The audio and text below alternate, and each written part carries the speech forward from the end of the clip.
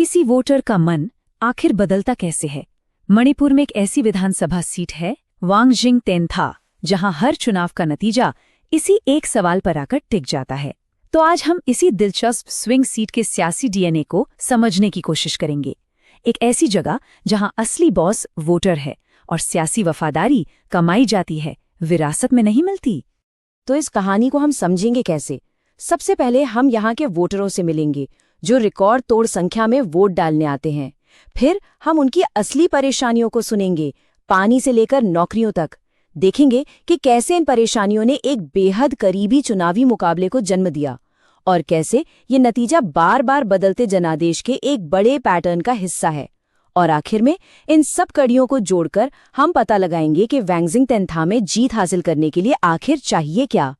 देखिए, वांगजिंग तेंथा को समझने की शुरुआत पार्टियों या नेताओं से नहीं होती, बल्कि यहाँ के लोगों से होती है। यहाँ के वोटरों में कुछ तो ऐसा है जो उन्हें बाकियों से बिल्कुल अलग बनाता है। हम बात कर रहे हैं मणिपुर के थौबल जिले की। ये एक ग्रामीण इलाका है जहाँ की जिंदगी जमीन से जुड़ी हुई है।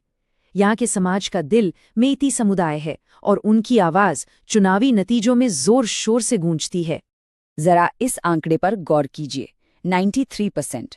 जहां देश में औसत मतदान लगभग 67% के आसपास रहता है, वहीं वांगजिंग तेंथा में ये लगातार 90% से ऊपर बना हुआ है।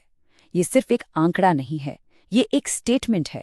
ये इस बात का संकेत है कि यहाँ का वोटर बहुत ध्यान से सब कुछ देख रहा है, वो जवाबदेही की मांग कर रहा है और अपने वोट को हल्के में नहीं लेता। तो इतनी बड़ी संख्या में मतदान यूं ही तो नहीं होता, इसके पीछे असल जिंदगी से जुड़े रोजमर्रा के मुद्दे होते हैं। चलिए उन बुनियादी शिकायतों को समझते हैं जो यहाँ की राजनीतिक बहस को आकार देती हैं और वोटिंग मशीन का बटन दबाते वक्त लोगों के मन में होती हैं। यहाँ की जो परेशानियां हैं वो बहुत बुनियादी हैं। ये एक तरह से आर्थिक अस्तित्व की लड़ाई है। किसान पानी की कमी से जूझ रहे हैं, उनकी फसलें बर्बाद हो रही हैं। ये खोए हुए अवसरों की कहानी है जहाँ युवाओं को काम नहीं मिल रहा। और ये बुनियादी सम्मान की लड़ाई है। टूटी फूटी सड़कें, बिजली की कटौती और पीने के पानी के लिए लगातार संघर्ष।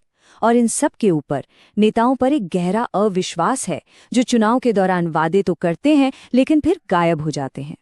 तो ये जो गुस्सा है और ये जो निराशा है, ये वोटों में कैसे बदलती है? 2022 का चुनाव इसकी एक बेहतरीन केस स्टडी है। ये एक साफ तस्वीर दिखाता है कि जब वोटर इतने सजग और नाखुश हों तो मुकाबला कितना कड़ा हो सकता है। देखिए, मुकाबला कितना करीबी था। 2022 का चुनाव असल में बीजेपी और कांग्रेस के बीच एक सीधी टक्कर बनकर रह गया। दोनों के बीच सांस लेने की भी जगह नहीं थी, जिससे पता चलता है कि यहाँ के मतदाता लगभग पूरी तरह से दो खेमों में बटे हुए थे। जीत हार का फैसला 2000 से भी कम वोटों पर आकर टिका, सिर्फ 6.3% का मार्जिन।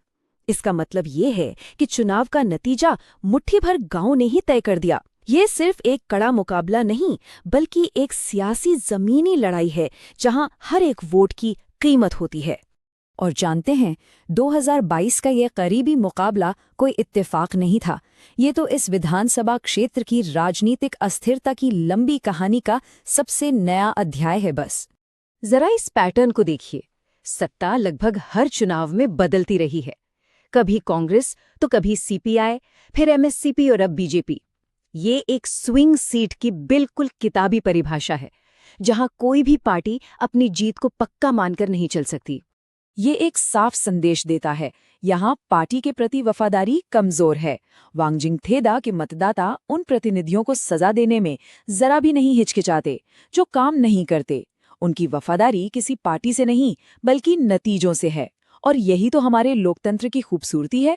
संविधान हर नागरिक को ये अधिकार और गरिमा देता है कि वो बिना डरे सोच समझकर अपनी आवाज उठाए, और ये भी सुनिश्चित करता है कि हमारी निजी जानकारी सुरक्षित रहे, जिसकी आज के डिजिटल युग में बहुत अहमियत है।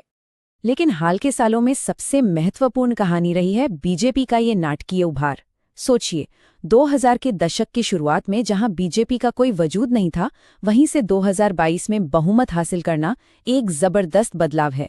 यह स्थानीय राजनीति में एक बुनियादी फेरबदल का संकेत देता है।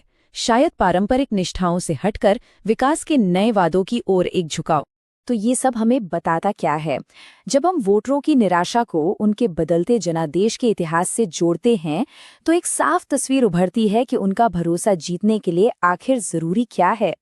सीधे शब्दों में कहें तो वांगजिंग तेंथा का वोटर एक नंबर का व्यवहारिक है। वो बड़ी बड़ी विचारधाराओं से प्रभावित नहीं होता, उसका ध्यान ठोस नतीजों पर होता है। उसके मन में सवाल ये नहीं होता कि आप किस पार्टी का समर्थन करते हैं, बल्कि ये होता है कि आपने हाल ही में हमारे लिए क्या किया है। तो इस पूरी कहानी का सार क्या है? इसकी शुरुआत होती है एक अविश्वसनीय रूप से जागरूक वोटर से। इसमें आप लगातार बनी हुई स्थानीय शिकायतों को जोड़ दीजिए। नतीजा होता है मौजूदा प्रतिनिधियों को बाहर का रास्ता दिखाने का एक इतिहास, जो चुनावी नतीजों को पूरी तरह से अप्रत्याशित और अस्थिर बना देता है। और ये हमें उस सबसे बड़े सवाल पर छोड़ जाता है जो कोई भी पार्टी यहाँ कामयाब होना चाहती है, उसे खुद से पूछना होगा। ये विश्वास तभी बनता है जब लोगों की गरिमा का सम्मान हो, जब उनकी निजी जानकारी की सुरक्षा हो, जैसा कि भारत का नया डेटा प्रोटेक्शन कानून भी कहता है। शासन में पारदर्शिता और लोगों की सहमति, यही भरोसे की नींव है। तो सवाल ये है कि एक ऐसी सीट पर जो लगातार नतीजों की मांग करती है, लोगों का भरोसा सिर्फ एक चुनाव के लिए नहीं बल्कि लंबे समय के लिए कैसे जीता जा सकता है? इस सवाल का जवाब ही वांगजिंग तेंथा का राजनीतिक भविष्य तय करेगा।